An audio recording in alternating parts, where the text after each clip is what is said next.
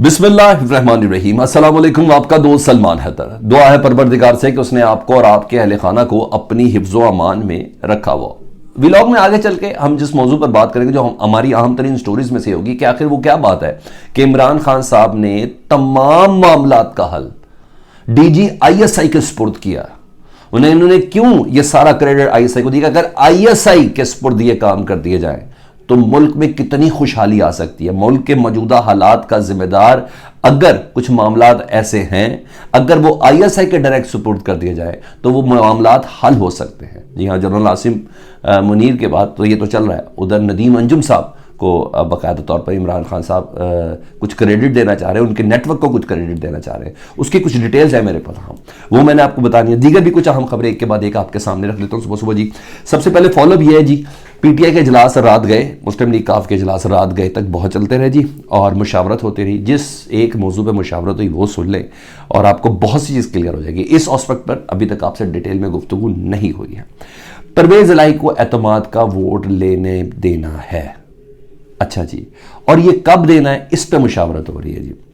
अब ये एतमाद का वोट किसी भी वक्त होगा और ये तय हो चुका है। इसके लिए 11 जनवरी की तारीख नहीं है, ये भूल है कि 11 जनवरी का जो सेशन बुलाया गया किसी वक्त भी बुलाया जा सकता है। किस ग्राउंड पे कह रहा हूँ ये सुन ले, मैं रात के इजलास की कुछ इनसाइट बता रहा हूँ। फवाद चौधरी साहब पहले कह चुके कि जी 187 अरकान हमारे पास पूरे हैं, 177 हमारे और 10 है काफ लीग के। 187 पूरे हो चुके हैं, प्रेजेंटेशन उनकी लग चुकी है, अटेंडेंस उनकी लग चुकी है, तो हमें किसी किस्म का कोई मसला नहीं है। मोनस अलाई ने भी रात को जियो के प्रोग्राम में तस्दीक कर दी है कि हमारे नंबर पूरे हैं, एतमाद के वोट के लिए तैयार है। ये एतमाद का वोट किस वक्त होना है ये फैसला इमरान खान साहब करेंगे। मतलब ये तमाम चीज़ें तय हो चुकी है। हम पहले ही एतमाद का वोट लेंगे, बाद में लेंगे, 2 दिन बाद लेंगे, 4 दिन बाद लेंगे, ये तमाम की तमाम चीज़ें इमरान खान साहब फैसला करेंगे। अच्छा जी, यानी मुस्लिम लीग काफ के भी 10 अफराद एमपीए इंटैक्ट हैं। चौधरी शुजात साहब का कोई बीच में से कोई स्प्रिंग सीज़न नहीं निकल रहा जी। इसमें चीमा साहब की भी कोई खुशखबरियाँ नहीं है, और जरदारी साहब को तो भी मैं आगे आपको बताता ही हूँ कि वहाँ क्या हुआ है, पहली बार उनके साथ क्या सलूक हुआ है, वो तो मैंने आपको बताना है। तो इस किस्म का कोई सरप्राइजिंग फैक्टर नहीं है। तो हर चीज़ बिल्कुल चैन की बांसुरी है, हर चीज़ इमरान खान साहब के हाथ में। तो सारे समझ रहे हैं कि जी 11 जनवरी को जो स्पीकर का इजलास बुलाया है ना स्पीकर ने, उसके अंदर हो जाए, ये पहले ले लेंगे जी। और ये पहले कभी इम्कान इसका है, और वजह क्या हो सकती है ये भी सुन लें। 1 से 2 दिनों में भी एतमाद का वोट हो सकता है, मंडे, ट्यूसडे, वेडनेसडे के अंदर भी हो सकता है। इसके लिए 15, 16, 17 दिन नहीं चाहिए जी। एतमाद का वोट लेंगे, अदालत एतमाद का वोट लेने के लिए या लेने के बाद या लेने के लिए भी अदालत को जाके बता दिया जाए ना, अंडरटेकिंग जी हमने ये कर दिया। अच्छा, इसी की प्ली बनाई गई थी, ठीक है, क्योंकि अंडरटेकिंग किस वजह से दी थी परवेज इलाही साहब ने?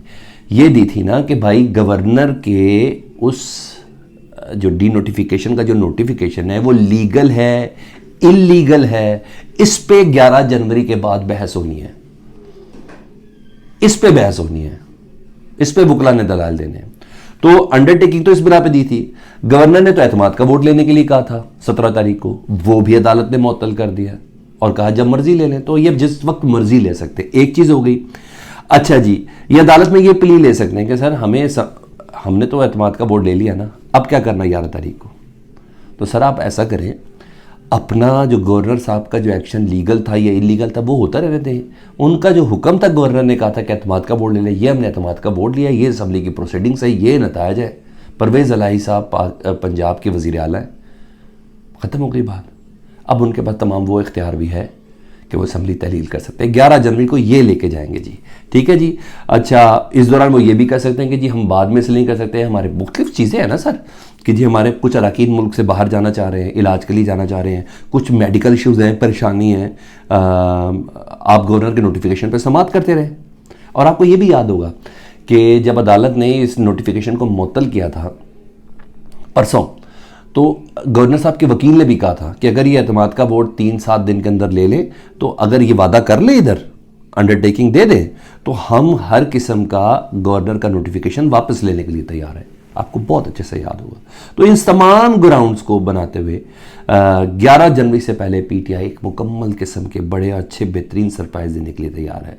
और ना भी सरप्राइज ना भी दे, तो ये खबरें ही जब निकलेगी ना, तो नून लिख कर ना पित्ता फाड़ने के लिए काफ़ी है।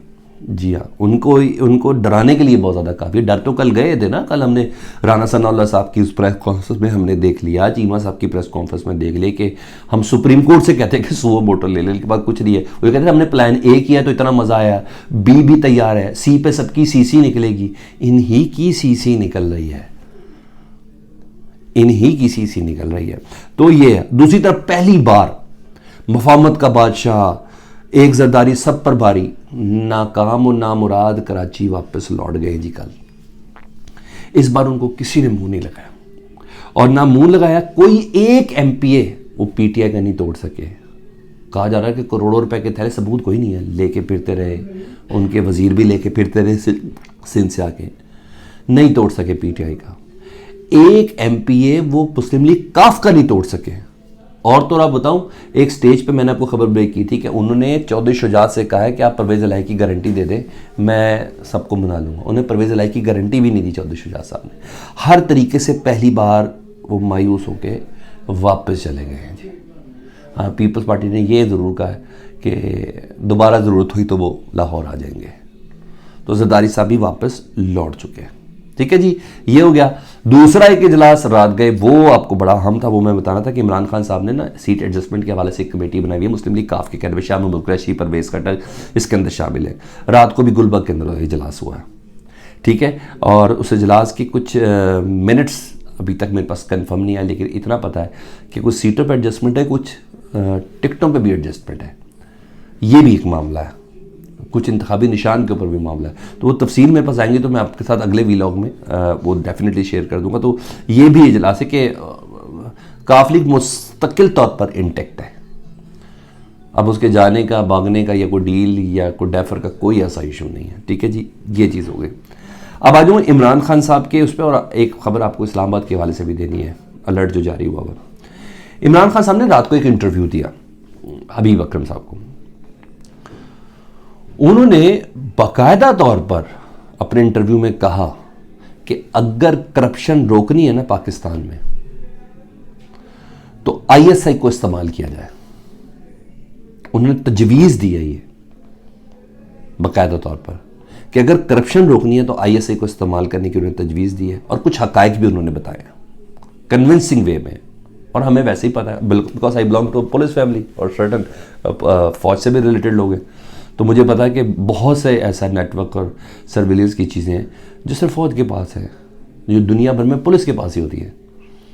तो फौज के पास उसके अलावा एक नेक्स्ट लेवल भी होगा ना, तो वो उनके पास है। मोबाइल टैपिंग नहीं करवा सकते, टैपिंग नहीं करा सकते, ट्रैकिंग नहीं कर सकते। सर्टन एक बंदे से इजाज़त लेनी है, इजाज़त लेने के बाद जाके मोबाइल नेटवर्क वालों को कहना, इतनी देर में मुलजिम चक चुक के कितने कितने निकल जाते हैं।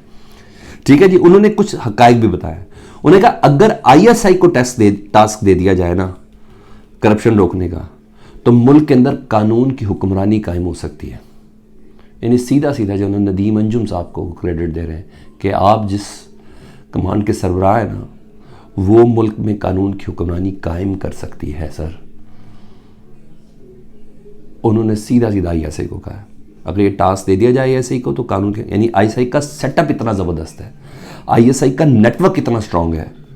वो कहते हैं तमाम कब्जे ग्रुप फारिग हो जाएंगे, तमाम माफियाज का खात्मा हो जाएगा। डेफिनेटली वो जो डॉलर स्मगलिंग हो रही है तो कोई तो इंटरसेप्ट करेगा ना। कहते हैं आईएसआई का सारा नेटवर्क है, और आईएसआई के पास तमाम नेटवर्क है आईएसआई के पास, लेकिन उनको ये जिम्मेदारी दी जाए, उनको ये टास्क सौंपा जाए, तो मुल्क के अंदर से करप्शन का खात्मा और कानून की मुकम्मल हुक्मरानी होगी। It's a very good gesture.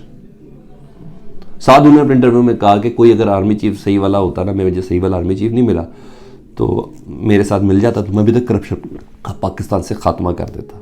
एक चीज़ ये बोली। नवाज शरीफ साहब से मुतल्लिक इंकशाफ किया उन्होंने। इससे पहले जनरल बाजवा साहब से मुतल्लिक कोई बात की, वो भी मैंने आपको बतानी है। उन्होंने कहा नवाज शरीफ साहब ना पाकिस्तान क्यों नहीं आ रहा। उन्होंने कहा जी वो एक लेवल प्लेइंग फील्ड मांग रहे हैं, और जारी बात है इतलात की बिना पर उन्होंने बात की होगी। उन्होंने कहा सबसे पहले वो चाह रहे हैं कि उनकी नाअहली ख़त्म हो जाए तब वो पाकिस्तान आए, इमरान खान नाअहल हो जाए तब वो पाकिस्तान आए। ये सारी शराइत उनके, पीटीआई तोड़ दी जाए, उनकी पार्टी तोड़ दी जाए, पीटीआई के बंदे तोड़ दिए जाएँ, इलेक्शन कमीशन और इस्टेब्लिशमेंट मेरे साथ मिल जाए, यानी नवाज शरीफ साहब के साथ मिल जाए, फिर जाके इलेक्शन हो। ये नवाज शरीफ की ख्वाहिश है, और इसमें अभी कुछ चीज़ें फाइनल नहीं हो रही, जिसकी बिना पर नवाज शरीफ साहब वापस नहीं आ रहे। इमरान खान साहब ने यह भी एक बड़ा इंकशाफ कर दिया। और सुने,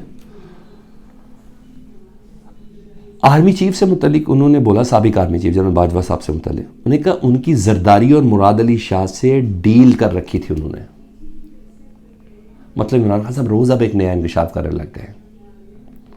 कल उन्होंने शहबाज शरीफ को जेल में जनरल बाजवा साहब कॉल करते थे, उनकी तबीयत पूछते थे, सर कैसे हैं आप, ठीक हैं, खैर किसी कोई तकलीफ कोई चीज़ तो नहीं चाहिए। कल उन्होंने वो इंकशाफ किया जो मैंने आपके सामने ब्रेक की थी खबर। आज उन्होंने ये इंकशाफ किया है। यानी जो खान साहब पे तनकीद कर रहे थे ना कि वो बाजवा साहब पे बेवजह तनकीद कर रहे हैं खान साहब, कोई सबूत नहीं है, अब खान साहब ना वजह बताकर तनकीद कर रहे हैं कि मेरे अंदर क्या क्या है ये सुन लो। ये शहबाज शरीफ से भी बातें करते थे और इनकी डील थी जरदारी साहब से और मुराद अली शाह साहब से। अब कोई बुलाए तो एविडेंस देंगे या पूछा जाए उनसे, भाई आप ये बात क्यों कर रहे हैं, प्राइम मिनिस्टर तो थे ना। वो खुद भी कहते थे कि मुझे आईबी सारी इतला दे देती थी, मगर डरते तो नहीं, लिख के नहीं देते थे, मैं बहुत सी चीज़ें बता देते थे। उन्होंने कहा डील एक फाइनल हुई थी आसिफ अली जरदारी की मुराद अली शाह का नाम पहली बार आया। अच्छा ठीक है, बहरहाल उन्होंने यहाँ तक कहा है, वजह भी बता दी कि मैं इस वजह से तनकीद कर रहा हूँ। मेरा ख्याल है अभी मज़ीद उनकी एपिसोड्स भी आनी है। अब आज आखिर में एक और ख़बर वो थी इस्लामाबाद में ना, बाकायदा इस्लामाबाद पुलिस ने एक अलर्ट जारी किया एक और हमलावर से मुतल्लिक, ठीक है, तस्वीर भी उसकी जारी कर दी है और सर्विलियंस तेज़ हो गई है और ये बंदा इस्लामाबाद के अंदर है। स्लीपर सेल एक्टिव हो गए होंगे, वो मैंने तो खुद अफगान बस्तियाँ देखी उधर इस्लामाबाद के अंदर और बड़ी सेंसिटिव एरिया इसके अंदर भी देखी है। एक बार सबवे वगैरह खाने गया हुआ था, कोई काम था इस्लामाबाद में, तो उधर भी मैंने देखी सेंसिटिव एरिया के अंदर वो बैठे हुए जी। नाकाबंदियाँ तेज़ कर दी गई हैं, हर किस्म के इज्तिमा पर पाबंदी लगा दी गई है। यानी एक बंदा तो वो था, अभी दूसरा है, तो स्लीपर सेल एक्टिव हो गए। वो सर सिंपल सी बात है, फौज ने इनके 25 बंदे मारे हैं, जख्म चाट रहे हैं, वो आर्मी चीफ शाबाशें दे रहे हैं तरबेला में जाके एसएजी के कमांडर्स को, वज़ीरिस्तान वालों को अलर्ट करें फौजियों को उधर जाके। तो ये चाटते जूटते जख्मों से कुछ ना कुछ तो उन्होंने करना है ना। तो दूसरा बंदा भी है इस्लामाबाद में, ये हाई अलर्ट जारी किया गया तस्वीर के साथ। ये अब तक की अपडेट्स ही फीडबैक से मुतल्लिक जरूर आगे कीजिएगा। अपना बहुत ज़्यादा ख्याल रखें। अल्लाह पाकिस्तान को सलामत रखे, अल्लाह पाकिस्तान को ता क़यामत रखे। अल्लाहुम्मा सल्ली अला मुहम्मदिन व आले मुहम्मद।